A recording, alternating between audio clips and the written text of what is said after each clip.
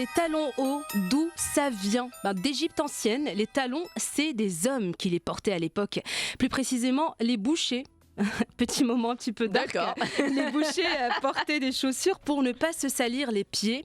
Un peu plus tard, Logique. voilà, les aristocrates mettaient plutôt des sabots à talons. On voyait ça un petit peu à l'époque. Pour eux, c'était un signe de bling-bling et de richesse.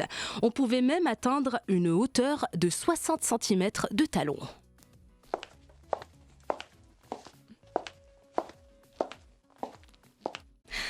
Là, c'est plus des talons, c'est des échasses. Voilà, c'est la notion de sensualité autour du talon. Elle apparaît quant à elle.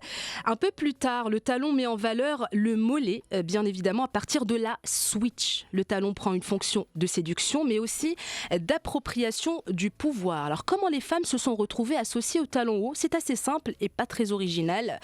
Les hommes bourgeois à l'époque travaillaient, ils préféraient des vêtements pratiques, donc ils laissent tomber les talons.